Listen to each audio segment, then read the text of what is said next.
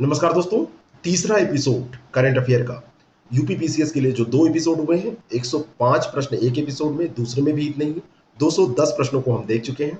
211 number प्रश्न से आगे हम बढ़ने जा रहे हैं। 315 तक इसमें हम जाएंगे। 42-44 मिनट का, 45 मिनट के अंदर का ये वीडियो होगा और इसके सारे करंट अफेयर के जो प्रश्न आप तैयार कर रहे हैं ये केवल इम्पोर्टेंट ही हैं, क्योंकि डेली 30 में जो हम डिस्कस करते हैं वो थोड़े से ज़्यादा होते हैं। वहां से भी फिल्टर करके, छाट करके इसको बनाया गया है। आप इसको अच्छे से देख कर जाइए। चलिए शुरू करते हैं। लेते हैं पहला प्रश्न आज का।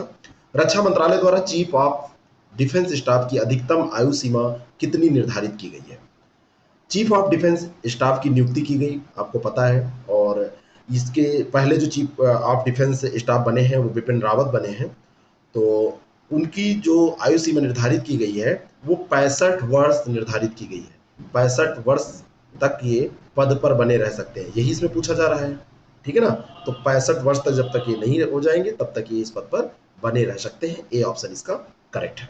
अगला जो प्रश्न है, शैक्षणिक संस्थानों में शिक्षा हेतु उपग्रह संचार तकनीक का उपयोग किस राज्य द्वारा प्रारंभ किया गया है? तो ये प्रारंभ किया गया है राजस्थान के द्वारा। डी ऑप्शन इसका बिल्कुल करेक्ट है। सैटेलाइट कम्युनिकेशन टेक्नोलॉजी, सैटकॉम का फुल फॉर्म है सैटेलाइट कम्युनिकेशन टेक्नोलॉजी। तो सैटेलाइट कम्युनिकेशन टेक्नोलॉजी का उपयोग राजस्थान ने शुरू किया है। अगला जो प्रश्न है, इसरो द्वारा मानव अंतरिक्ष उड़ान केंद्र की स्थापना का निर्णय लिया गया है। कहां पर इसको स्थापित किया जाएगा? मैं आपको बताना चाहता हूं कि मानव अंतरिक्ष उड़ान केंद्र, ह्यूमन स्पेस फ्लाइट सेंटर, इसको कहते हैं HSFC, human space flight centre. Karnataka का एक जिला है चित्रदुर्ग, वहीं पर इसको स्थापित करने का निर्णय लिया गया है। तो सी ऑप्शन इसका करेक्ट है। चित्रदुर्ग भी आपको ध्यान में रखना है। राष्ट्रीय आपदा अनुक्रिया बल अकादमी की स्थापना कहाँ की जानी है? तो राष्ट्रीय आपदा अनुक्रिया बल एनडीआरएफ की जो स्थापना है, अनुक्रिया बल अकादमी की जो स्थापना है, ये होगी नागपुर में। तो डी ऑप्शन इसका करेक्ट है। इंपॉर्टेंट क्वेश्चन है। इसरो द्वारा किस परियोजना के माध्यम से ग्राम पंचायत स्तर पर पृथ्वी के 2D और 3D डेटा विकसित किया जाएगा पृथ्वी का? तो इसका सही उत्तर है भुवन के माध्यम से किया जाएगा, है ना? जो भुवन है, भुवन नामक उपग्रह प्रणाली का जो संचालन हो रहा है इसी के तहत किया जाएगा। इसरो ने भुवन पंचायत 3.0 को 29 जनवरी 2020 को लॉन्च किया है। ये आपको ध्यान रखना है। भुवन 3.0 को लॉन्च किया है किसने? इसरो ने। नेक्स्ट क्वेश्चन, 19 सितंबर से 8 नवंबर 2020 के बीच कहां पर बीसीसीआई ने आईपीएल के मैचों को आयोजित करने का निर्णय लिया? और ये मैच चल ही रहे हैं अभी वर्तमान समय में। तो इस प्रश्न का सही उत्तर है संयुक्त अरब अमीरात। क्या सही है? बी ऑप्शन इसका सही हो जाएगा। संयुक्त अरब अमीरात में इसका निर्णय लिया गया था। वर्ष 2022 में मेघालय में प्रस्तावित 39वें राष्ट्रीय खेलों का शुभांकर क्लाउडेड तेंदुआ को घोषित किया गया है। पहला स्टेटमेंट है अगले प्रश्न का, जो बिल्कुल सही है। 2022 में ये 39वें राष्ट्रीय खेल का आयोजन कहाँ होगा? मेघालय में, ये ध्यान रखिएगा। और इसका शुभांकर है क्लाउडेड लियोपर्ड, क्लाउडेड तेंदुआ। वर्ष 2020 के लिए largest world sportsman of the year पुरस्कार रानी रामपाल को दिया गया। ये जो प्रश्न है इसका सही उत्तर आपको बताना चाहता हूं। Largest world sportsman of the year का पुरस्कार, है ना, स्पोर्ट्समैन ऑफ द ईयर का जो पुरस्कार है वो किसको दिया गया है? वो लियोनेल मेसी को दिया गया है। ये गलत यहां पर दिया है, लियोनेल मेसी को दिया गया है। तो ए ऑप्शन इसका करेक्ट हो जाएगा। नेक्स्ट क्वेश्चन, दक्षिण कोरिया के मेजबानी के लिए नाम वापस लेने के बाद किस देश को 2023 में होने वाले एशिया फुटबॉल कप टूर्नामेंट की मेजबानी सौंपी गई? किस देश को सौंपी गई? तो दक्षिण कोरिया का नाम जब वापस हो गया तब ये मेजबानी दे दी गई है चीन को। तो 2023 में जो एशिया कप फुटबॉल टूर्नामेंट होगा ये कहां पर होगा? चीन में। तो इसका सही उत्तर सी हो जाएगा। निम्नलिखित कथनों पर विचार करें। गुवाहाटी असम में है। 10 से 20 जनवरी 2020 के मध्य तीसरा खेलो इंडिया यूथ गेम, खेलो इंडिया यूथ गेम है जो तृतीय है। 2020 में शिवांगी शर्मा ने इसमें तैराकी में स्वर्ण जीता है। पहला स्टेटमेंट बिल्कुल सही है। इससे दो चीजें आपकी तैयार हो रही हैं कि वो कहां हुआ था, तो असम में। किसने जीता है, किस क्षेत्र में जीता है? शिवांगी शर्मा ने तैराकी में जीता है। तो इनका क्षेत्र भी आपसे पूछा जा सकता है। क्या जीता है? स्वर्ण जीता है। तीसरों खेलो इंडिया यूथ गेम्स में 78 स्वर्ण, 77 रजत और 101 कांस्य सहित कुल 256 पदक जीतकर इसमें दिया है कि केरल प्रथम स्थान पर रहा। मैं आपको बताना चाहता हूं कि इसमें केरल नहीं जीता, तो यही है, ये सारे आंकड़े सही दिए हुए हैं, लेकिन ये रहा है महाराष्ट्र। कौन रहा है प्रथम स्थान पर? महाराष्ट्र। तो दूसरा गलत है, पहला सही है। ए ऑप्शन इसका बिल्कुल करेक्ट हो जाएगा। अगला प्रश्न, वो भारतीय हॉकी खिलाड़ी जिसे 10 फरवरी 2020 को लुसाने में अंतर्राष्ट्रीय हॉकी महासंघ ने 2019 के लिए वर्ष का सर्वश्रेष्ठ उभरता हुआ खिलाड़ी चुना। तो वर्ष का सर्वश्रेष्ठ उभरता हुआ खिलाड़ी और भारतीय खिलाड़ी है, और क्या है? हॉकी खिलाड़ी है। तो ये कौन है? विवेक सागर है।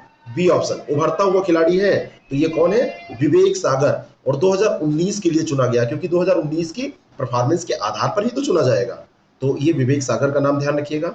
अगला प्रश्न है, 20 फरवरी 2020 को घोषित ESPN इंडिया स्पोर्ट्स अवार्ड 2019 के अंतर्गत किसे sports person of the year पुरुष और महिला घोषित किया गया? तो 2019 का ये घोषित किया गया है। पुरुष में किसको किया गया है और महिला में किसको किया गया है? PV सिंधु ये बैडमिंटन ये महिला, और सौरभ चौधरी शूटिंग ये पुरुष। तो इसका सही उत्तर हो जाएगा सी। इनका नाम सुमेलित करने में भी आपसे पूछा जा सकता है, तो सी इसका उत्तर ध्यान रखिएगा। 22 फरवरी 2020 को 1000वां मैच खेलने वाला फुटबॉल खिलाड़ी कौन बना? तो यह है क्रिस्टियानो रोनाल्डो। बी ऑप्शन इसका करेक्ट है। कौन है? Cristiano Ronaldo. जरा बताइएगा, क्रिस्टियानो रोनाल्डो जो है ये किस देश का खिलाड़ी है, कहाँ का, इस कहाँ से बिलोंग करते हैं? अगला जो प्रश्न है, स्विट्जरलैंड के लुसाने में 17 फरवरी 2020 को अंतर्राष्ट्रीय हॉकी महासंघ ने किस देश को जूनियर पुरुष हॉकी विश्व कप 2021 की मेजबानी सौंपी? तो ये जो मेजबानी है 2021 में पुरुष हॉकी विश्व कप, लेकिन जूनियर की ध्यान रखिएगा, ये भारत को सौंपी गई है। ये ऑप्शन इसका बिल्कुल करेक्ट है। राष्ट्रमंडल खेल महासंघ की लंदन यानी ब्रिटेन में 24 फरवरी 2020 को हुई बैठक में किस देश को वर्ष 2022 में होने वाले राष्ट्रमंडल निशानेबाजी और तीरंदाजी चैंपियनशिप की मेजबानी सौंपी गई है? तो इस प्रश्न का सही उत्तर है क्या? भारत। बी ऑप्शन इसका करेक्ट हो जाएगा, भारत। तो भारत में भी कई प्रतियोगिताएं हो रही हैं, ये आपको ध्यान रखना है। 2022 का जो राष्ट्रमंडल का निशानेबाजी और तीरंदाजी चैंपियनशिप है ये, और साथ में जूनियर पुरुष हॉकी विश्व कप 2021, ये दोनों को ध्यान रखिएगा। ये 22 में होगा तीरंदाजी वाला, और जो हॉकी विश्व कप है वो 21 में होगा, दोनों भारत में होगा। तो इस प्रश्न का सही उत्तर बी हो जाएगा। नेक्स्ट क्वेश्चन, कांग कोंग, लियानिवियन और चेनचेन को हाल ही में 19वें राष्ट्रीय एशियाई खेल का आधिकारिक सोमांकन घोषित किया गया। बिल्कुल सही है। और विश्व के नंबर 1 बैडमिंटन खिलाड़ी लिन डैन ने 3 जुलाई 2020 को संन्यास की घोषणा की। तो ये दोनों के दोनों जो स्पोर्ट्स से रिलेटेड ये स्टेटमेंट हैं ये सही है। सी ऑप्शन इसका करेक्ट है। लिन डैन ने जो घोषणा की है किस क्षेत्र के खिलाड़ी? बैडमिंटन। और ये शुभंकर भी ध्यान रखिएगा, 19वां एशियाई खेल का आधिकारिक शुभंकर है। अगला जो प्रश्न है, वह भारतीय अंपायर जिन्हें अंतर्राष्ट्रीय क्रिकेट परिषद के अंपायरों के एलीट पैनल में 28 जून 2020 को शामिल किया गया, तो इनका नाम है नितिन मेनन। ये ऑप्शन इसका करेक्ट हो जाएगा। अंतर्राष्ट्रीय क्रिकेट परिषद के अंपायरों की एलीट पैनल में इनको शामिल किया गया है। फीफा द्वारा जून 2020 में किन 2 देशों को संयुक्त रूप से फीफा महिला विश्व कप 2023 को आयोजित करने का निर्णय लिया गया, यानी कि इसको मेजबानी दी गई है? तो इस प्रश्न का सही उत्तर है ऑस्ट्रेलिया और न्यूजीलैंड। जो 2023 का कप होगा फीफा महिला विश्व कप, महिला वाला, तो ये कहाँ होगा? ऑस्ट्रेलिया और न्यूजीलैंड में। बी ऑप्शन इसका सही हो जाएगा। जुलाई में होने वाले टोक्यो ओलंपिक 2020 खेलों का आयोजन कब किया जाएगा? तो ये जुलाई में जो आयोजन, ये पहले प्रश्न बना था, इस कारण से ऐसा कहा जा रहा है, हो सकता है पहले आपके लिए भी प्रश्न बना हो। तो ये जुलाई 28 से अगस्त 8 2021 तक, ठीक है, किया जाएगा। तो 2021 की बात है, नहीं सही है, इसमें कोई दिक्कत नहीं है, 21 की बात हो रही है, सॉरी मैं 20 समझ रहा था, 21 में होगा। और इसका कब किया जाएगा? तो यही डेट आपको ध्यान रखना है, 23 जुलाई से 4 अगस्त 2021 में। कहाँ पर है? टोक्यो में है। ये तो यहाँ पर लिखा हुआ है टोक्यो 2020 का, इसको आगे बढ़ा दिया गया ना डेट, कोविड-19 महामारी के कारण। अगला जो प्रश्न है, 29 जुलाई 2020 को मोहन बागान फुटबॉल क्लब के स्थापना दिवस के अवसर पर किस पूर्व भारतीय हॉकी खिलाड़ी को मोहन बागान लाइफ टाइम अचीवमेंट पुरस्कार से सम्मानित किया गया? तो ये नाम है अशोक कुमार। बी ऑप्शन इसका करेक्ट हो जाएगा। दिवंगत बॉलीवुड अभिनेता शशि कपूर की पुत्री संजना कपूर को थिएटर के क्षेत्र में उनके उत्कृष्ट योगदान के लिए फरवरी 2020 में फ्रांस के किस पुरस्कार से सम्मानित किया गया? तो इस पुरस्कार का नाम है night of the order art and letters. तो ए ऑप्शन इसका करेक्ट है, ठीक है ना, संजना कपूर, ध्यान रखिएगा। स्विट्जरलैंड में दावोस में जनवरी 2020 में, दावोस कहाँ है? स्विट्जरलैंड में। 2020 में जनवरी में विश्व आर्थिक मंच की 50वीं वार्षिक बैठक में किस भारतीय अभिनेत्री को मानसिक स्वास्थ्य जागरूकता बढ़ाने के नेतृत्व के लिए क्रिस्टल अवार्ड 2020 क्रिस्टल अवार्ड 2020 प्रदान किया गया? तो क्रिस्टल अवार्ड 2020 दिया गया है दीपिका पादुकोण को, ठीक है ना, दीपिका पादुकोण को ये दिया गया है। सी ऑप्शन इसका करेक्ट है। वो भारतीय नारीवादी कार्यकर्ता जिन्हें फरवरी 2020 में महिलाओं के अधिकारों, प्रजनन, यौन स्वास्थ्य और गरीबी उन्मूलन के क्षेत्रों में उनके योगदान के लिए डैन डेविड पुरस्कार 2020 से सम्मानित किया गया। तो इनका नाम है गीता सेन। इनका क्षेत्र ध्यान रखिएगा, बी ऑप्शन इसका करेक्ट है, डैन डेविड पुरस्कार मिला है। मार्च 2020 में किस भारतीय फिल्म निर्माता को सिनेमा के द्वारा विश्व पर्यटन में उत्कृष्ट योगदान देने के लिए IIFTC टूरिज्म इम्पैक्ट अवार्ड 2020 से सम्मानित किया गया? तो ये नाम है जोया अख्तर। बी ऑप्शन इसका सही हो जाएगा, जोया अख्तर को दिया गया है, जावेद अख्तर की ये पुत्री हैं। वह भारतीय संगीतकार जिन्हें जून 2020 में medal of the order of Australia से सम्मानित किया गया? तो ये है शोभा शेखर। ये ऑप्शन इसका करेक्ट हो जाएगा, शोभा शेखर को सम्मानित किया गया है। मीडिया में मानव अधिकारों और अभिव्यक्ति की स्वतंत्रता के लिए उत्कृष्ट प्रतिबद्धता हेतु किस भारतीय पत्रकार को हाल ही में वर्ष 2020 के Deutsche freedom of speech award यहाँ पे होगा, ये यहाँ पर देखिए, यहाँ पर भी ये गलत होगा, स्पीच चॉइस है क्या? नहीं, सही है, स्पीच चॉइस, ये चॉइस होना चाहिए, चाय यहाँ पर लिखा रहेगा, और इसका नाम है Deutsche freedom of speech choice. तो ये जो यहाँ पर, एक मिनट, ये थोड़ा सा ये कुछ मिस्टेक हुआ है, और अगर इधर मिस्टेक है तो उधर भी हो जाएगा, मैं इसको कंफर्म कर रहा हूँ, एक मिनट। ये देखिए गलत लिख गया है और इसको मैं सही बता रहा हूं आपको, ये ड्यूज फ्रीडम होगा, फ्रीडम नहीं होगा, तो यहां पर भी फ्रीडम हो जाएगा, क्योंकि ये जब एक तरफ गड़बड़ होता है तो इंग्लिश में उसी से ट्रांसलेट होता है, तो ये गलत हो जाता है। ड्यूज फ्रीडम ऑफ स्पीच जो है और चॉइस, ये इसका फुल नेम होगा, ये यहाँ पर गलत लिख गया था, टाइपिंग मिस्टेक था, तो इसको आप ध्यान में रखेंगे। और ये दिया गया है सिद्धार्थ वदराजन को, और ये आप बिल्कुल ध्यान में रखिएगा, है ना, ये बिल्कुल भूलिएगा नहीं, स्पीच से रिलेटेड है, इतना ध्यान रखिएगा, और Deutsche freedom of speech choice है, बस ये ध्यान रखिएगा। और सिद्धार्थ वरदराजन, ए ऑप्शन इसका करेक्ट है। वैश्विक न्याय, शिक्षा और स्वास्थ्य सेवा तथा सामाजिक असमानता के क्षेत्र में उत्कृष्ट कार्य करने के लिए किस भारतीय नोबेल पुरस्कार विजेता को जून 2020 में जर्मन बुक ट्रेड के शांति पुरस्कार 2020 से सम्मानित किया गया? तो इनका नाम आपको पता होना चाहिए, अमर्त्य सेन जी है। बी ऑप्शन इसका बिल्कुल करेक्ट है, इनको नोबेल प्राइज मिला था ये अर्थशास्त्र में जो कल्याणकारी शाखा है अर्थशास्त्र की, उसके अंतर्गत मिला था, और कब मिला था ये आप बताएंगे हमको कमेंट करके। संयुक्त राष्ट्र महासभा के अध्यक्ष तिजानी मोहम्मद वेंदे ने जुलाई 2020 में किन्हें नेशनल मंडेला पुरस्कार 2020 देने की घोषणा की? तो नेशनल मंडेला पुरस्कार जो है ये किसको देने की घोषणा की गई है? ये मोरिशाना कायेट और मारियाना वार्दियानेसिस, इन दोनों लोगों को दिया गया है। सी ऑप्शन इसका बिल्कुल करेक्ट हो जाएगा, नेल्सन मंडेला। ये नेशनल मंडेला कैसे होगा? नेल्सन मंडेला, नेशनल मंडेला क्या होता है? ये देखिए कई गलतियां यहाँ पर मिल रही हैं, है ना, नेल्सन मंडेला, यहाँ ध्यान रखिएगा। तो ये दोनों लोगों को मिला है, सी ऑप्शन इसका करेक्ट है। पहले मुझे भी लगा कि आपको ऐसा पुरस्कार बनाया गया मंडेला को जोड़ के, नेल्सन मंडेला होगा, सॉरी। अगला जो प्रश्न है, भारत के परमाणु ऊर्जा आयोग की इकाई परमाणु खनिज निदेशालय के शोधकर्ताओं ने हाल ही में कहां पर 14,100 टन के लिथियम भंडार की खोज की है? और ये बहुत ही इंपॉर्टेंट है, इससे केवल स्टेट भी पूछा जा सकता है, तो ये कर्नाटक हो जाएगा, स्थान भी पूछा जाएगा तो मांड्या कर्नाटक हो जाएगा। ए ऑप्शन इसका करेक्ट है। किसका भंडार? लिथियम के भंडार की खोज की गई है। सुमेलित करने में भी दिया जा सकता है कि मांड्या कर्नाटक में क्या पाया जा रहा है। बजट 2020-21 में घोषित टीबी हारेगा देश जीतेगा अभियान के तहत भारत को कब तक टीबी से मुक्त करने की घोषणा की गई है? तो ये अंतरराष्ट्रीय स्तर पर तो 2030 का लक्ष्य है, लेकिन भारत ने 2025 में ही लक्ष्य निर्धारित किया है कि इसको समाप्त कर दिया जाएगा। 31 जनवरी 2020 को केंद्रीय वित्त मंत्री निर्मला सीतारमण द्वारा प्रस्तुत आर्थिक समीक्षा 2019-20 में भारत की जीडीपी वृद्धि दर कितने प्रतिशत अनुमानित की गई है? क्योंकि ये बजट की बात है इसलिए पूछी जा सकती है। 6 से 6.5%, 6 से 6.5%। बी ऑप्शन इसका करेक्ट है। अन्य बहुत सारे संस्थानों की रिपोर्ट है जिसमें अभी संकुचित होने की बात की गई है, कम होने की बात की गई है। तो अगर बहुत ज़्यादा कई रिपोर्ट हैं तो उलझाव भी हो सकता है ये प्रश्न, लेकिन कुछ महत्वपूर्ण ध्यान रखिएगा। जनवरी 2020 में इकोनॉमिक सर्वे इंटेलिजेंस यूनिट द्वारा एक सर्वे रिपोर्ट में 3 भारतीय शहरों को विश्व के सबसे तेजी से बढ़ते शहरी क्षेत्र में सूचीबद्ध किया गया है। ये 3 शहर कौन कौन से हैं? तो एक है मल्लपुर, कोझिकोड और कोल्लम। ये तीनों कौन कहाँ के शहर हैं? केरल के शहर हैं। सी ऑप्शन इसका करेक्ट हो जाएगा।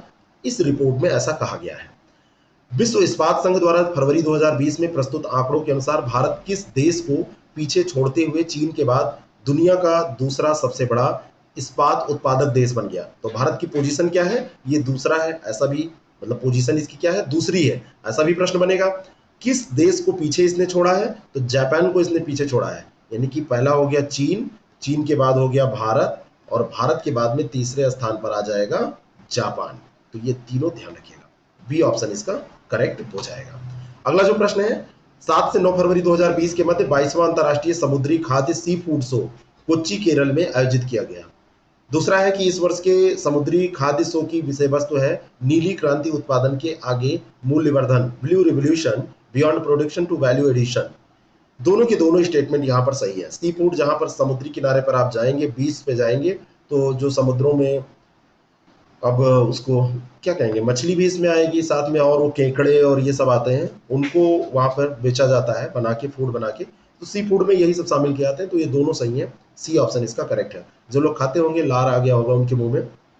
जून 2020 में सरकार ने सभी सहकारी बैंकों को किस संगठन या संस्था के अधीन लाने का अध्यादेश जारी किया है? तो इनको आरबीआई के तहत अब लाया जाएगा। ए ऑप्शन इसका करेक्ट हो जाएगा। अभी तक ये आरबीआई के तहत नहीं थे। जून 2020 में किस राज्य सरकार द्वारा गौपालन, गोबर प्रबंधन और पर्यावरण सुरक्षा के लिए गोधन न्याय योजना की शुरुआत की गई है? तो ये छत्तीसगढ़ ने किया है। उत्तर प्रदेश मत टिक कीजिएगा। गाय से रिलेटेड जैसे कोई बात आती है तुरंत उत्तर प्रदेश ध्यान में आता है, लेकिन ये गोधन न्याय योजना, यहाँ पे न्याय लगा है, गायों के साथ न्याय छत्तीसगढ़ में होगा, ध्यान रखिएगा। जून 2020 में प्रधानमंत्री मोदी द्वारा राष्ट्र के नाम संदेश में प्रधानमंत्री गरीब कल्याण अन्न योजना का विस्तार कर दिया गया है। अब ये कब तक विस्तारित कर दी गई है? तो इसको विस्तारित किया गया है नवंबर 2020 तक। कब तक? नवंबर 2020 तक इसको विस्तारित किया गया है। सी ऑप्शन करेक्ट है। जून 2020 में $150 मिलियन एम कैप वाली भारत की पहली कंपनी बन गई है। तो ये भारत की जो पहली कंपनी बनी है ये रिलायंस इंडस्ट्रीज लिमिटेड। 1-2 लॉकडाउन अगर ऐसे और हो गए तो ये विश्व स्तर पर भी पहुंच जाएगी प्रथम द्वितीय स्थान पर। अगला जो प्रश्न है, केंद्रीय सूक्ष्म लघु और मध्यम उद्यम मंत्रालय एमएसएमई द्वारा मई 2020 में किस पोर्टल को लॉन्च किया गया? तो ये जो पोर्टल है इसका नाम है चैंपियंस। ये ऑप्शन इसका करेक्ट हो जाएगा। कौन सा पोर्टल है? चैंपियंस। या ऐसा भी पूछा जा सकता है चैंपियन पोर्टल जो है वो किस मंत्रालय के द्वारा या किससे रिलेटेड है। अगले प्रश्न का पहला स्टेटमेंट है, हाल ही में सार्वजनिक क्षेत्र की हिंदुस्तान एरोनॉटिक्स लिमिटेड एचएएल को महारत्न कंपनी का दर्जा दिया गया। पहला स्टेटमेंट बिल्कुल करेक्ट है, इसको महारत्न का दर्जा दिया गया है। ग्रामीण क्षेत्रों में रोजगार सृजन हेतु ओडिशा ने नीलांबर पीतांबर जल समृद्धि योजना की शुरुआत मई 2020 में की है। मैं आपको बताना चाहता हूं कि ये उड़ीसा ने नहीं किया है, इसको किया है झारखंड ने।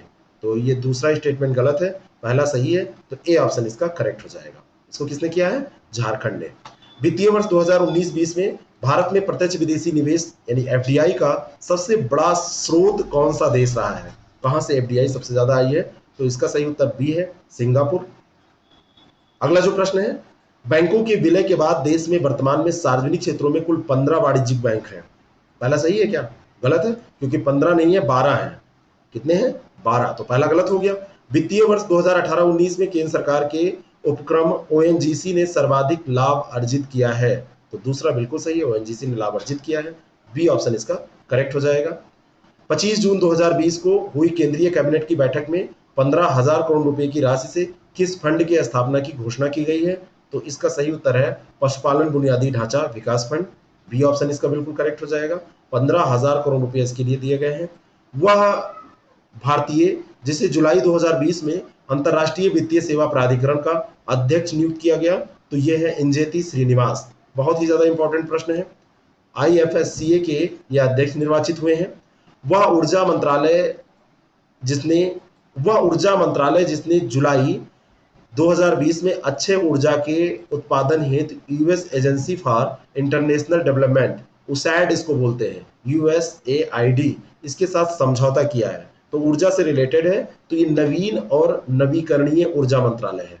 ठीक है ना। तो ऊर्जा मंत्रालय नहीं, वह मंत्रालय से ज्यादा सही प्रश्न बनेगा। ए ऑप्शन इसका बिल्कुल करेक्ट हो जाएगा। कौन सी मिनिस्ट्री है जिसने ऐसा किया है।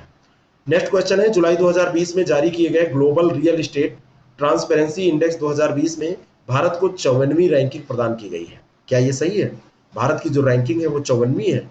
ये जो global real estate transparency index है, इसमें भारत की जो रैंकिंग है वो 34 है, 34वीं है। ठीक है, तो पहला गलत हो जाएगा। फिनो पेमेंट बैंक लिमिटेड द्वारा हाल ही में 10 से 18 वर्ष की आयु के बच्चों के लिए भविष्य नाम से बचत खाता सेवा शुरू की गई है। तो दूसरा सही है, पहला गलत है, और इसका सही उत्तर बी हो जाएगा। नेक्स्ट क्वेश्चन, अगला जो प्रश्न है, खाद्य और कृषि संगठन द्वारा 16 जून 2020 को जारी नीति संक्षिप्त खाद्य सुरक्षा और पोषण पर कोविड-19 शीर्षक वाली रिपोर्ट में फरवरी 2020 में लगभग कितने मिलियन लोगों की तीव्र खाद्य असुरक्षा में पड़ने का अनुमान लगाया गया है। कि इतने लोग का जो खाद्य सुरक्षा का सिनेरियो है वो जोखिम में आ जाएगा। तो ये 45 मिलियन लोग हैं। ठीक है, फरवरी 2020 से इतने लोगों का, अब ये तो और संख्या बढ़ गई, कोविड-19 के कारण बढ़ी गई होगी। तो बी ऑप्शन इसका करेक्ट हो जाएगा, 45 मिलियन लोग। यूपीपीसीएस में ऐसे प्रश्न पूछे जाते हैं। इंडियन एनर्जी एक्सचेंज द्वारा स्थापित देश के पहले इंडियन गैस एक्सचेंज का परिचालन 15 जून 2020 से शुरू हुआ है। पहला स्टेटमेंट बिल्कुल सही है। युवाओं को स्वतंत्र रूप से भुगतान सक्षम बनाने के लिए हाल ही में फैम पे द्वारा भारत का पहला नंबरलेस कार्ड लॉन्च किया गया। दूसरा भी सही है, और इस तरीके से सी ऑप्शन इसका करेक्ट हो जाएगा। 1 और 2 दोनों सही है। 26 अप्रैल 2020 को दुनिया भर में मनाए गए विश्व बौद्धिक संपदा दिवस की थीम क्या थी?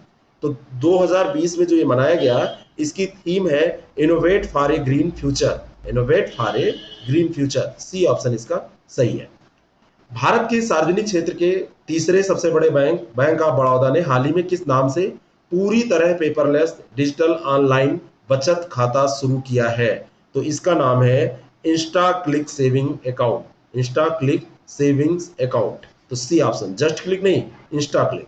नेक्स्ट क्वेश्चन, विश्व व्यापार संगठन डब्ल्यूटीओ की जनरल काउंसिल में जुलाई 2020 में किस मध्य एशियाई देश को संगठन में ऑब्जर्वर का दर्जा प्रदान किया गया? इस प्रश्न का सही उत्तर आप ध्यान रखिएगा। ये ऑब्जर्वर का दर्जा जो दिया गया है वो तुर्कमेनिस्तान को दिया गया है विश्व व्यापार संगठन की जनरल काउंसिल के द्वारा। तो ए ऑप्शन इसका सही है। अंतर्राष्ट्रीय मुद्रा कोष आईएमएफ ने 28 जुलाई 2020 को भारत को आपातकालीन सेवाओं के लिए 4.3 बिलियन अमेरिकी डॉलर का अब तक का सबसे बड़ा कोविड-19 ऋण मंजूर किया। पहला स्टेटमेंट बिल्कुल गलत है, क्योंकि जो ये ऋण मंजूर किया है 4.3 बिलियन डॉलर का भारत को, ये आईएमएफ ने नहीं किया। आईएमएफ क्यों ऋण देगा, है ना? क्या ये सही है? ये बिल्कुल सही है, आईएमएफ ने दिया है, लेकिन भारत को नहीं दिया है। यहां पर मैं आपको बताना चाह रहा हूं, आईएमएफ ऋण नहीं दे सकता क्या? दे सकता है, लेकिन ये भारत को नहीं दिया है। ये दिया है किसको? दक्षिण अफ्रीका को। तो ये दक्षिण साउथ अफ्रीका हो जाएगा, तो पहला गलत हो जाएगा। और दूसरा है दक्षिण अफ्रीका, अफ्रीका महाद्वीप का सर्वाधिक कोविड-19 प्रभावित देश है। यहाँ पर 4,50,000 से अधिक कोरोना के मामले अब तक पाए गए, यानी कि उस समय की ये बात हो रही है, जुलाई के समय की। अब इतने कितने हैं तो वो अलग बात है, लेकिन ये अफ्रीका महाद्वीप का सबसे ज्यादा कोविड-19 प्रभावित देश रहा है। तो दूसरा बी ऑप्शन इसका बिल्कुल करेक्ट हो जाएगा। भारतीय रिजर्व बैंक के डिप्टी गवर्नर विराल दी आचार्य द्वारा भारत की वित्तीय स्थिरता को बहाल करने पर लिखी गई पुस्तक जिसका जुलाई 2020 में विमोचन किया गया, इसका नाम है quest for restoring financial stability in India. तो बी ऑप्शन इसका करेक्ट हो जाएगा। नवंबर 27 2019 को संयुक्त राष्ट्र के प्रवासी संगठन द्वारा जारी विश्व प्रवासन रिपोर्ट 2020 के अनुसार, यानी वर्ल्ड माइग्रेशन रिपोर्ट 2020 के अनुसार, विश्व में चीन के प्रवासियों की संख्या सर्वाधिक है। तो सबसे ज्यादा ये चीन के हैं क्या? तो ये गलत है, चीन के नहीं, ये भारत के प्रवासियों की संख्या सबसे ज्यादा है। यहाँ पर भारत दिया होता तो सही होता, तो पहला तो गलत हो गया। इस रिपोर्ट के अनुसार भारत में 17.5 मिलियन लोग दुनिया के विभिन्न देशों में रह रहे हैं। ये सही है, इसका आंकड़ा भी ध्यान रखिएगा, बी ऑप्शन इसका करेक्ट है। आप कोई ऐसे वगैरह लिखेंगे उसमें भी ये काम आ जाएगा, ठीक है ना। जब इंडियन डायस्पोरा के बारे में आप बात करने लगते हैं तो ऐसे फैक्ट आपके काम आ जाते हैं। Yangtze river fisheries research institute के विशेषज्ञों द्वारा प्रस्तुत एक रिपोर्ट के अनुसार यांगसी नदी में मिलने वाली तथा गंभीर रूप से खतरे में मानी जाने वाली किस फिश को, यानी किस मछली को 6 जनवरी 2020 को विलुप्त घोषित किया गया है? इस प्रश्न का सही उत्तर है पैडल फिश। ठीक है, तो पैडल फिश है, बी ऑप्शन इसका करेक्ट हो जाएगा, विलुप्त घोषित कर दी गई है। The economic intelligence unit EIU द्वारा 22 जनवरी 2020 को जारी दुनिया के 165 देशों की वैश्विक लोकतंत्र सूचकांक 2019 में नॉर्वे को शीर्ष स्थान प्रदान किया गया है। पहला बिल्कुल सही है। और 165 देशों की जो ये सूची जारी की गई है, इसमें सबसे निम्न स्थान पर यहाँ पर दिया है अफगानिस्तान। तो अफगानिस्तान नहीं है, सबसे निम्न स्थान पर इसमें है उत्तर कोरिया। तानाशाह वाला, जैसा बाल कटा देता है सबको बाल ऐसा कटाना पड़ता है। ऐसा भी कोई शासन करता है क्या? ऐसा है। वहां इनकी मैडम जैसा करा देंगी, सारी महिलाएं ऐसा कराएंगी, नहीं तो ये सजा दे देंगे उनको। अगला जो प्रश्न है, अंतर्राष्ट्रीय न्यायालय ने 23 जनवरी 2020 को किस समुदाय की सुरक्षा सुनिश्चित करने के लिए म्यांमार सरकार को अस्थायी आदेश जारी किया है? तो ये रोहिंग्या समुदाय को सुरक्षा प्रदान करने के लिए जारी किया गया है। रोहिंग्या समुदाय का संबंध किससे है? म्यांमार से है। अगला जो प्रश्न है, ब्रेक्जिट को लेकर हुए जनमत संग्रह के लगभग 3.5 वर्ष बाद ब्रिटेन कब अंततः यूरोपियन यूनियन से अलग हो गया? ये डेट इंपॉर्टेंट है और ये डेट है 31 जनवरी 2020, 31 जनवरी 2020। बी ऑप्शन इसका करेक्ट है। अब जरा बताइएगा, यूरोपीय यूनियन में कितने देश हैं, कितने देश बचे? नेक्स्ट क्वेश्चन, पृथ्वी पर सबसे अधिक ऊंचाई पर जनवरी 2020 में फैशन शो आयोजित कर गिनीज बुक ऑफ वर्ल्ड में रिकॉर्ड बनाने वाला जो देश है, नाम दर्ज कराने वाला जो देश है, वो नेपाल है। सबसे ऊंचाई पर फैशन शो यहाँ पर आयोजित किया गया। बी ऑप्शन करेक्ट है। 28 जनवरी 2020 को तीसरा वैश्विक आलू सम्मेलन ग्लोबल पोटैटो कॉनक्लेव, तो पोटैटो कॉनक्लेव जो हुआ है, थर्ड है ये कहाँ पर हुआ है? ये गांधीनगर गुजरात में हुआ है। गांधीनगर गुजरात है ना, गांधीनगर, ध्यान रखिएगा, अहमदाबाद नहीं, गांधीनगर गुजरात में ये हुआ है। बी ऑप्शन इसका सही हो जाएगा। 22 जनवरी 2020 को यूरोपीय देश ग्रीस की संसद ने देश के इतिहास में पहली महिला राष्ट्रपति के रूप में किसका चुनाव किया गया है? तो इनका नाम है कैथरीन सकैलोरोपोलो। इनका नाम ध्यान रखिएगा, कैथरीन सकैलोरोपोलो। ठीक है, तो ए ऑप्शन इसका बिल्कुल सही हो जाएगा, कैथरीन सकैलोरोपोलो। निम्नलिखित कथनों पर विचार करें। दो स्टेटमेंट है। विश्व आर्थिक मंच ने वर्ष 2025 तक विश्व में 1 ट्रिलियन पेड़ों को उगाने एवं पुनर्स्थापित करने के लिए 1 ट्रिलियन ट्रीज इनिशिएटिव शुरू किया है। पहला स्टेटमेंट। मैं आपको बताना चाहता हूं कि 2025 तक नहीं, ये 2030 तक लक्ष्य रखा गया है। तो इसका उत्तर इसीलिए गलत होगा ये पहला वाला, मतलब पहला ऑप्शन, क्योंकि 2030 तक रखा गया है। और दूसरा जो स्टेटमेंट है, दूसरा जो ऑप्शन यहां पर दिया है, दूसरा स्टेटमेंट है कि 2 फरवरी 2020 को मनाए गए विश्व आर्द्र भूमि दिवस, वर्ल्ड वेटलैंड डे की थीम क्या थी? आर्द्र भूमि और जैविक विविधता।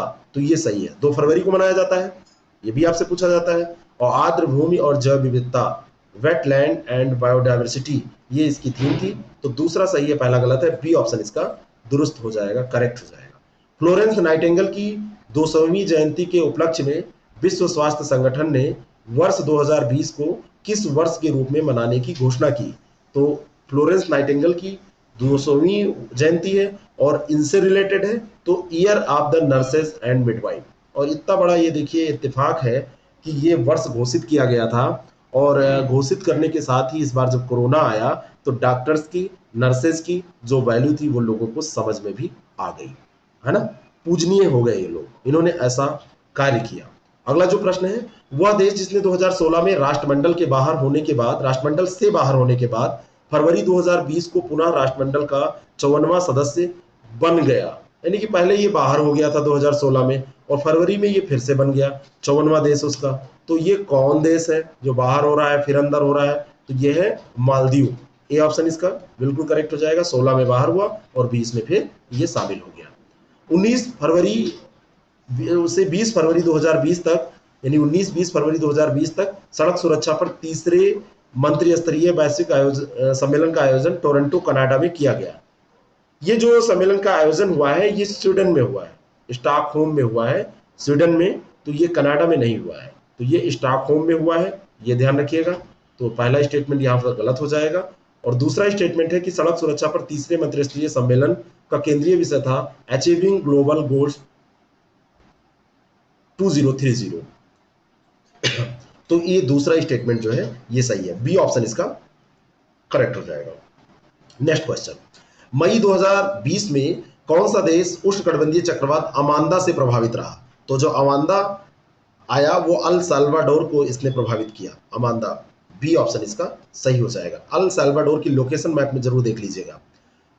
कभी भी जब आप करंट अफेयर पढ़ें या कोई टॉपिक आप पढ़ रहे हैं तो उसको एटलस को लेके साथ में बैठे, मैप में देखते रहेंगे तो चीजें ज्यादा क्लियर होंगी, वो कभी भूलेंगे नहीं। अमेरिकी अंतरिक्ष एजेंसी नासा ने वाशिंगटन डीसी स्थित अपने मुख्यालय का नाम मैरी डब्ल्यू जैक्सन के नाम पर रखने की घोषणा की।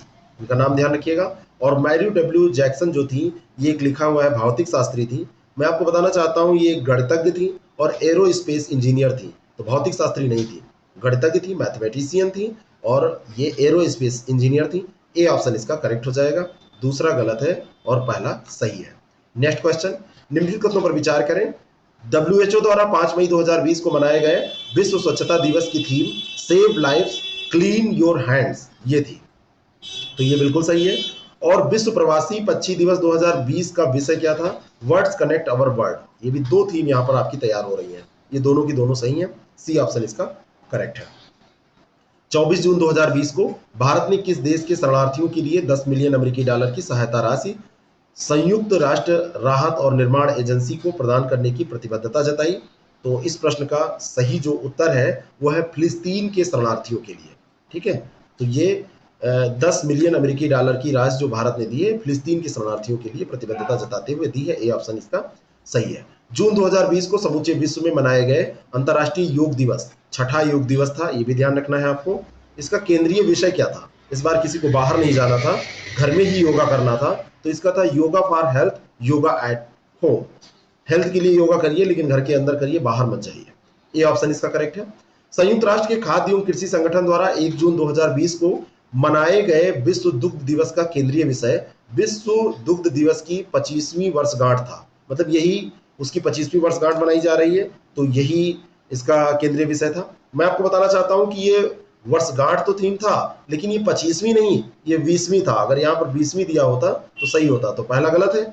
और दूसरा स्टेटमेंट है कि 5 जून 2020 को मनाए गए विश्व पर्यावरण दिवस की जो थीम थी वो जैव विविधता थी।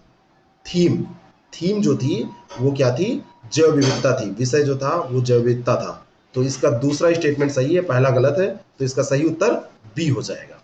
ठीक है ना। नेक्स्ट क्वेश्चन, अगला जो प्रश्न है, जून 2020 में किसे संयुक्त राष्ट्र महासभा के 75वें सत्र के लिए अध्यक्ष चुना गया? तो 75वें सत्र के लिए जो अध्यक्ष चुना गया है ये तुर्की के राजनयिक हैं वोल्कान बोजकिर। इतना भी नाम देके आपसे पूछा जा सकता है, तो सी ऑप्शन इसका करेक्ट हो जाएगा। ये कहां से संबंधित है? तुर्की से, ये भी सही हो जाएगा। वह देश जिसने हाल ही में एक नया जासूसी उपग्रह ओफेक 16 ओफेक 16 ये लॉन्च किया है, वो देश कौन सा है? तो इस प्रश्न का सही उत्तर है इजराइल। इजराइल ने इसको लॉन्च किया है। ए ऑप्शन इसका करेक्ट हो जाएगा। 22 मई 2020 को मनाए गए अंतर्राष्ट्रीय जैव विविधता दिवस का केंद्रीय विषय था our solutions are in nature. जैव विविधता दिवस जो मनाया गया है उसका ये केंद्रीय विषय था, पहला सही है। और विश्व शरणार्थी दिवस 2020 में जो 20 जून को मनाया गया है इसका विषय था, यहां पर दिया है मैन विथ अवर फियर, ये गलत दिया है। इसका विषय था एवरी एक्शंस काउंट। मैं लिखे दे रहा हूं, ये तो गलत दिया है, यहां पर सही होगा every actions count. Every action counts, तो दूसरा गलत है, पहला सही है। ए ऑप्शन इसका सही हो जाएगा। पहला तो सही है। ये थीम्स याद रखिएगा, आजकल थीम्स बहुत पूछी जा रही हैं। प्रसिद्ध लेखक रस्किन बॉन्ड की हाल के दिनों में चर्चित पुस्तक कौन सी रही है? कौन सी पुस्तक चर्चित रही है जिसके लेखक रस्किन बॉन्ड है? तो ये hope on my adventures on boats, trains and planes, तो ये बी ऑप्शन करेक्ट हो जाएगा। 22 अप्रैल 2020 को पृथ्वी दिवस मनाया जाता है। इसकी इस बार थीम क्या थी? तो पृथ्वी दिवस की जो थीम थी ये जलवायु कार्यवाही, क्लाइमेट एक्शन। बी ऑप्शन इसका करेक्ट हो जाएगा। नेक्स्ट क्वेश्चन, 8 जून 2020 को मनाया गया विश्व महासागर दिवस का इस वर्ष का केंद्रीय विषय innovation for a sustainable ocean था। पहला स्टेटमेंट बिल्कुल सही है। दूसरा है 7 जून 2020 को विश्व खाद्य सुरक्षा दिवस, वर्ल्ड फूड सिक्योरिटी दिवस, ये जो मनाया गया 7 जून को मनाया गया और इसका थीम था, इसका विषय था खाद्य सुरक्षा सबकी जिम्मेदारी, ये भी सही है। अब तीसरे स्टेटमेंट पर आते हैं। 31 मई 2020 को विश्व तंबाकू दिवस मनाया जाता है। देखिए डेट भी आपकी तैयार हो रही है यहाँ से। तो विश्व तंबाकू दिवस की जो इस वर्ष की थीम थी वो दिया हुआ है तंबाकू वैश्विक खतरा, ये गलत है। युवाओं की सुरक्षा, प्रोफेक्टिंग यूथ, ये इस बार की थीम थी। प्रोफैक्टिंग प्रोफेक्टिंग यूथ इस बार की इसकी थीम थी। तो तीसरा गलत हो जाएगा, पहला दूसरा सही है, बी ऑप्शन इसका सही हो जाएगा। जून 2020 में जारी QS world university king ranking जो है, यूनिवर्सिटी रैंकिंग जो ये जारी की गई है, यूनिवर्सिटी रैंकिंग 2021 में ओवरऑल रैंकिंग में विश्व भर में जो ओवरऑल रैंकिंग की गई है उसमें शीर्ष स्थान पाने वाला जो संस्थान है वो कौन सा है? ये Massachusetts institute for technology, MIT. Osama bin Laden यहाँ से पढ़े हुए थे, ओसामा बिन लादेन एमआईटी से पढ़े हुए थे। बी ऑप्शन इसका करेक्ट हो जाएगा। अब यहाँ पर एक प्रश्न और बन रहा है कि भारत में क्यूएस वर्ल्ड रैंकिंग में कौन सा स्थान शीर्ष पे रहा है? तो आईआईटी बॉम्बे इसमें टिक कीजिएगा क्यूएस वर्ल्ड रैंकिंग में, जबकि उसका पिछले साल से तुलना किया जाए तो रैंक नीचे आया है, उसका जो स्थान है वो नीचे आया है, लेकिन वो है वही अब भी। ठीक है, अगला जो प्रश्न है,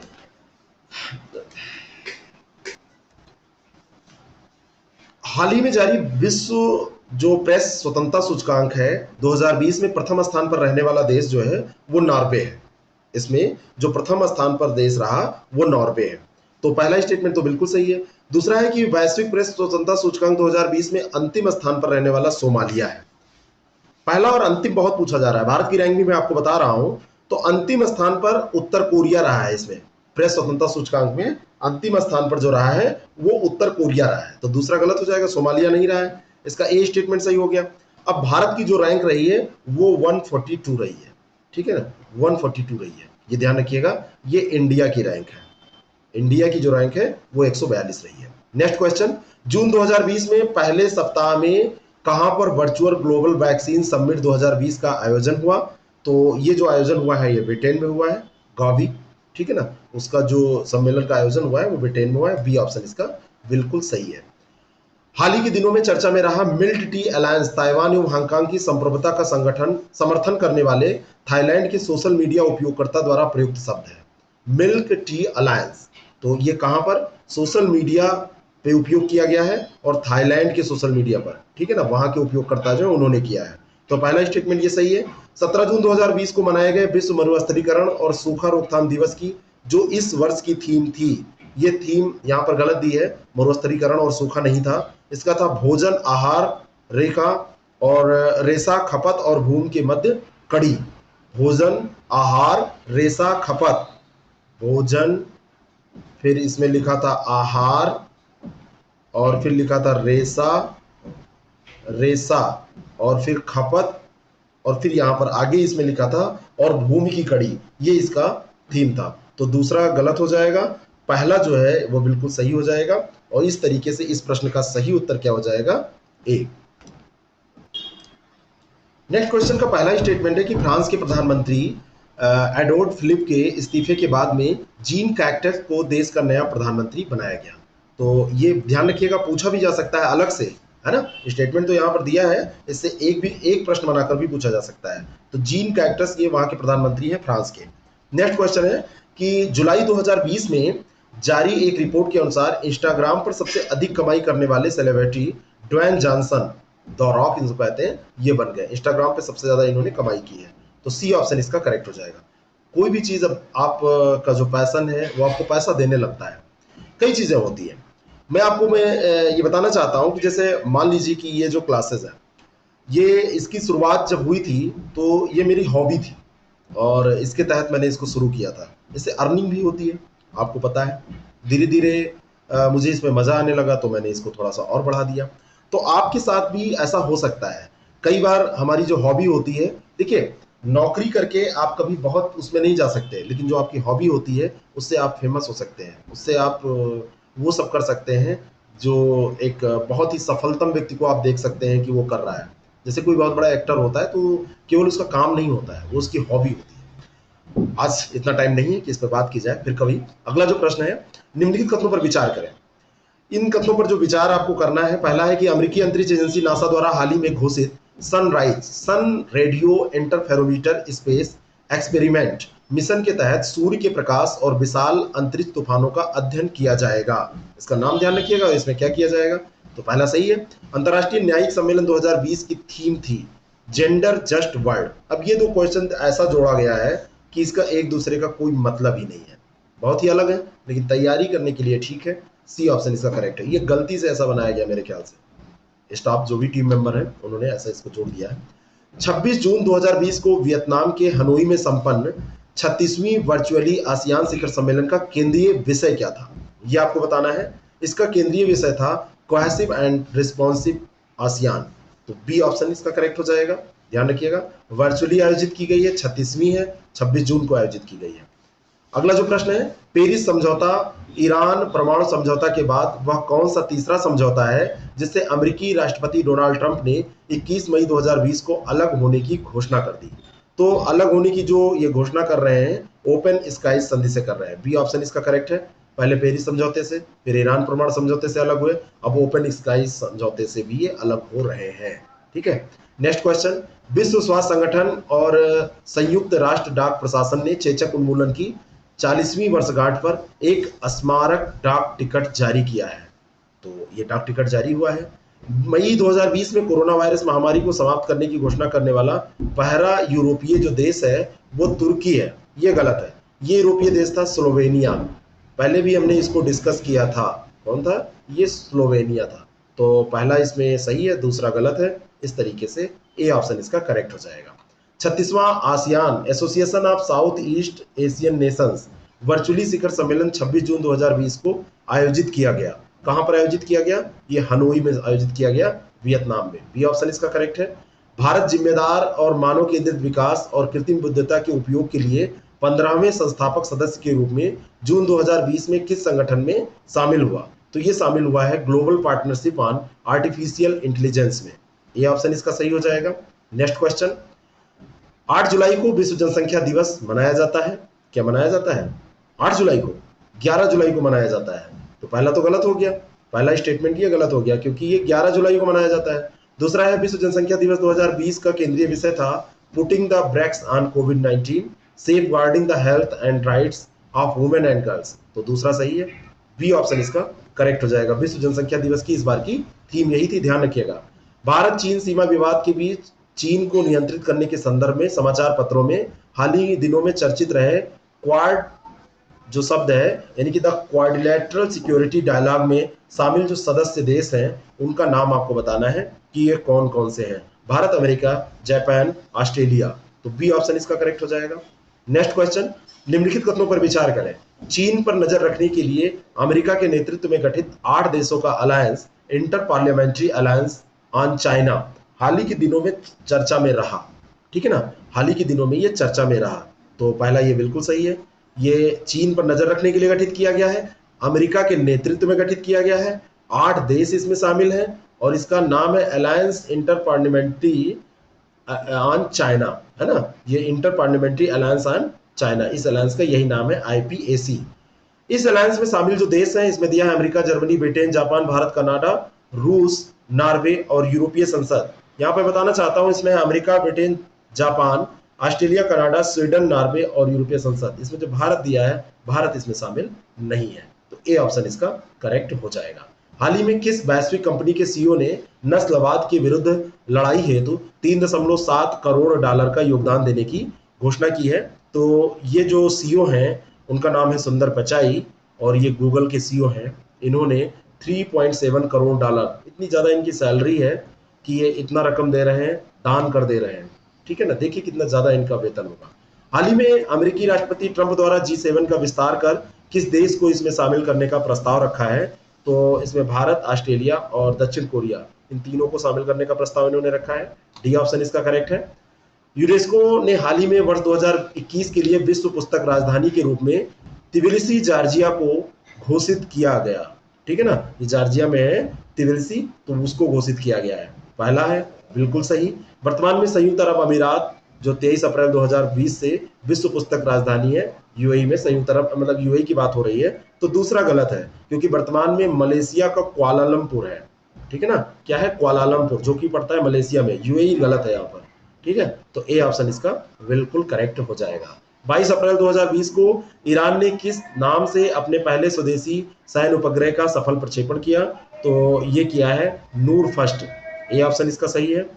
नेक्स्ट क्वेश्चन, वह पहला खाड़ी देश जिसने 20 जुलाई 2020 को जापान के तानेगागाशिमा तानेगाशिमा अंतरिक्ष केंद्र से अपने पहले मंगल मिशन के तहत होप उपग्रह, आपसे पूछा जा सकता है होप सैटेलाइट का सफलतापूर्वक प्रक्षेपण किसने किया? तो ये है संयुक्त अरब अमीरात। संयुक्त अरब अमीरात ने किया है और जापान के तानेगाशिमा अंतरिक्ष केंद्र से किया है। मंगल मिशन के तहत है, होप नाम है इसका। अगला जो प्रश्न है, जुलाई 2020 में अंतरराष्ट्रीय सौर गठबंधन फ्रेमवर्क समझौते पर हस्ताक्षर करने वाला 87वां देश निकारागुआ है। 87 देश जो है वो निकारागुआ है, बिल्कुल सही है। अंतरराष्ट्रीय सौर गठबंधन पर जुलाई में इसने हस्ताक्षर किए।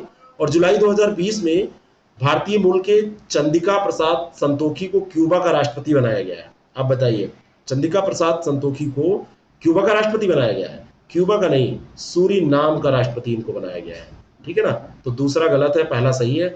ए ऑप्शन इसका करेक्ट हो जाएगा। नेक्स्ट क्वेश्चन, 25 जुलाई 2020 को अमेरिका के टेक्सास प्रांत से टकराने वाले चक्रवाती तूफान का नाम क्या है? तो इस तूफान का नाम है हरिकेन हन्ना। ए ऑप्शन इसका सही है। हाना भी लिखा मिल सकता है, हन्ना भी लिखा मिल सकता है, दोनों के लिए तैयार रहिएगा। नेक्स्ट क्वेश्चन, संयुक्त राष्ट्र ने खाद्य और कृषि संगठन के अनुरोध पर वर्ष 2021 को किस अंतर्राष्ट्रीय वर्ष के रूप में नामित करने की घोषणा की है? तो फलों और सब्जियों का अंतर्राष्ट्रीय वर्ष। बी ऑप्शन इसका करेक्ट है, जो 2021 का वर्ष है।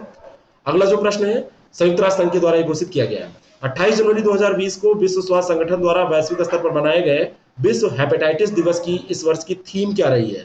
तो इस वर्ष की थीम रही है हेपेटाइटिस फ्री फ्यूचर। क्या रही है? Hepatitis free future. ये ऑप्शन इसका करेक्ट है। एडम हिगिनबॉटम द्वारा लिखी गई वह पुस्तक जिसे हाल ही में विलियम ई कोल्बी पुरस्कार मिला, तो विलियम ई कोल्बी पुरस्कार जिस पुस्तक को मिला है उसका नाम है मिडनाइट इन चेर्नोबिल। इतना भी आपसे पूछा जा सकता है। The untold story of the world greatest nuclear disaster, इस पुस्तक के लेखक कौन है? William E Colby. ये भी प्रश्न बन सकता है। किस पर लिखी गई है, किस घटना पर? चेर्नोबिल पर। कौन सा पुरस्कार मिला है? ये भी ठीक है, सॉरी विलियम ई कोल्बी पुरस्कार मिला, एक्सट्रीमली सॉरी, विलियम ई कोल्बी पुरस्कार मिला है। और लेखक कौन है? Adam Higginbottom. ठीक है, एडम हिगिनबॉटम की ये पुस्तक है, विलियम ई कोल्बी पुरस्कार मिला है मिडनाइट इन चेर्नोबिल को। तो इसका बी ऑप्शन सही हो जाएगा। नेक्स्ट क्वेश्चन, 7 से 8 जनवरी 2020 के बीच 23वां राष्ट्रीय ई गवर्नेंस सम्मेलन मुंबई में आयोजित किया गया और इस सम्मेलन का मुख्य विषय क्या था? इस सम्मेलन का जो मुख्य विषय था वो डिजिटल परिवर्तन था। भारत 2020 डिजिटल परिवर्तन, भारत 2020 डिजिटल परिवर्तन। बी ऑप्शन इसका करेक्ट है। एक चीज में देखिए बताना आपको भूल गया, और बताना क्या, आपको शुभकामनाएं देनी है और बधाइयां देनी है। अपना जो बीओ का कोर्स था, बीओ के कोर्स में शामिल जो लोग थे उन्होंने सफलता जिन लोगों ने अर्जित की है उनकी संख्या बहुत ज्यादा रही है। उस दिन जब फोन मेरे पास आने शुरू हुए और अभी भी फोन आ रहे हैं, तो मैं आपको बताना चाहता हूं कि मेरे आंखों में आंसू थे, क्योंकि कई लोग बहुत भावुक थे तो मैं भी भावुक था। और बहुत ही अच्छा रिजल्ट रहा। कट ऑफ जो हम लोगों ने अनुमान लगाया था उससे काफी कम गया। क्यों कम गया है, कैसे गया है, इसका कोई वो नहीं है। मैं अपनी बात को स्वीकार करता हूं कि मेरा अनुमान ज्यादा था। और लेकिन मैं आपको ये बताना चाहता हूं कि सफलता बड़ी चीज होती है, और अगर आप सफल हैं तो वो सबसे बड़ी चीज है। आप लोग हर तरीके से हमारी जमा पूंजी हैं, हमारे भूत भविष्य सब कुछ आप ही लोग तो हैं। अगर आप नहीं तो इस क्लास का कोई मतलब नहीं है। जब आप लोग ये बोल देते हैं ना कि आपकी क्लास देखी थी और उसका बड़ा लाभ मिला, या आपके नोट से सीधे प्रश्न आए थे, आपके करंट अफेयर से सीधे प्रश्न आए थे, जब आप ये सब बोलते हैं तो समझ लीजिए कि मुझे दुनिया का सबसे अच्छा टॉनिक दे रहे हैं। तो आप सभी सफल जो अभ्यर्थी रहे हैं, जो परीक्षार्थी रहे हैं, उनको हृदय तल से खूब शुभकामनाएं। जिन लोगों की क्वेरी मुख्य परीक्षा के बैच के लिए है, 1-2 दिन में उसका अनाउंसमेंट होगा। और पीसीएस 2011 का 11 अक्टूबर का जो पीरी है 2020 का, उसके बाद में ये शुरू कर दिया जाएगा। 11 अक्टूबर का पीरी, 2011 का पीरी नहीं, 11 अक्टूबर का पीसीएस प्रीलिम्स का जो एग्जाम है उसके बाद में शुरू कर दिया जाएगा। आरओ मेंस और इसका भी, जैसे हमने प्री में काम किया था, प्रीलिम्स के लेवल पे आप लोगों ने जैसे रिजल्ट दिया है, मेरी उम्मीद है उससे अच्छा रिजल्ट आगे रहेगा। तो आप लोगों को फिर से खूब बधाइयां। 3-4 प्रश्न और 4 प्रश्न, फिर इसको समाप्त करते हैं। संघाई कॉर्पोरेशन ऑर्गेनाइजेशन ने 13 जनवरी 2020 को भारत के किस निर्माण कार्य को दुनिया के 8 अजूबों की सूची में शामिल किया? तो एससीओ ने शामिल किया है सरदार पटेल की प्रतिमा, स्टेच्यू ऑफ यूनिटी को। सी ऑप्शन इसका करेक्ट है। 8 अजूबों की सूची में इसको शामिल किया गया है एससीओ के द्वारा, संघाई सहयोग संगठन के द्वारा। टैक्सी बॉट क्या है? टैक्सी बॉट जो है एक रोबोट यूज एयरक्राफ्ट ट्रैक्टर है। टैक्सी बॉट ये ट्रैक्टर है, रोबोट से चलता है, एयरक्राफ्ट ट्रैक्टर है। बी ऑप्शन इसका बिल्कुल करेक्ट है। मैं आपको बताना चाहता हूं कि अगर आपको कोई जानकारी लेनी हो तो 6307281212 ये हमारा व्हाट्सएप नंबर है। इस पर आप मैसेज करेंगे तो आपको जानकारी वो मिल जाएगी। कोई भी क्वेरी हो आप इस पर मैसेज कर सकते हैं। भारतीय वायुसेना का वह विमान जिसने 31 जनवरी 2020 को जेट ईंधन से, जैव जेट ईंधन के 10% मिश्रण से लेह हवाई अड्डे से सफलतापूर्वक इसने उड़ान भरी है, तो इसका नाम है AN-32 विमान, भारतीय वायुसेना का है।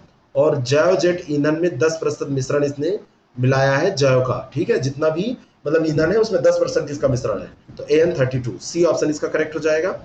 और अंतिम प्रश्न है इस एपिसोड का, उसके बाद में अगले एपिसोड में हम करेंगे। 105 प्रश्न हमको लेने थे। इसरो द्वारा निर्मित उपग्रह संचार प्रणाली जो है, संचार उपग्रह जो है, जिसका 17 जनवरी 2020 को दक्षिण अमेरिका स्थित कौरू के प्रक्षेपण स्थल से एरियन 5 रॉकेट से सफलतापूर्वक प्रक्षेपण किया गया, इसरो द्वारा निर्मित है। ये संचार उपग्रह प्रणाली है और इसका नाम है GSAT-30। इनके कायरू से इसको भेजा गया है। तो अगले एपिसोड आपको मिल जाएंगे। जैसे ही पूरा कंप्लीट होगा, ये जो मैं डिस्कस कर रहा हूँ यही पीडीएफ कॉपी आपको प्रोवाइड करा दी जाएगी। फॉलो कर लीजिए हमको टेलीग्राम पे। आप ऐप डाउनलोड कर सकते हैं हमारा IAS प्रेप एकेडमी का, और साथ में आप अगर अच्छा लगता है तो इसको दूसरों को शेयर भी कर सकते हैं। आपको पसंद आता है तो लाइक का बटन प्रेस कर सकते हैं, अगर आपको पसंद आता है तो। Thank you very much. जल्दी ही इसके सारे एपिसोड आगे के मिल जाएंगे। 2 एपिसोड और होंगे और ये कंप्लीट हो जाएगा।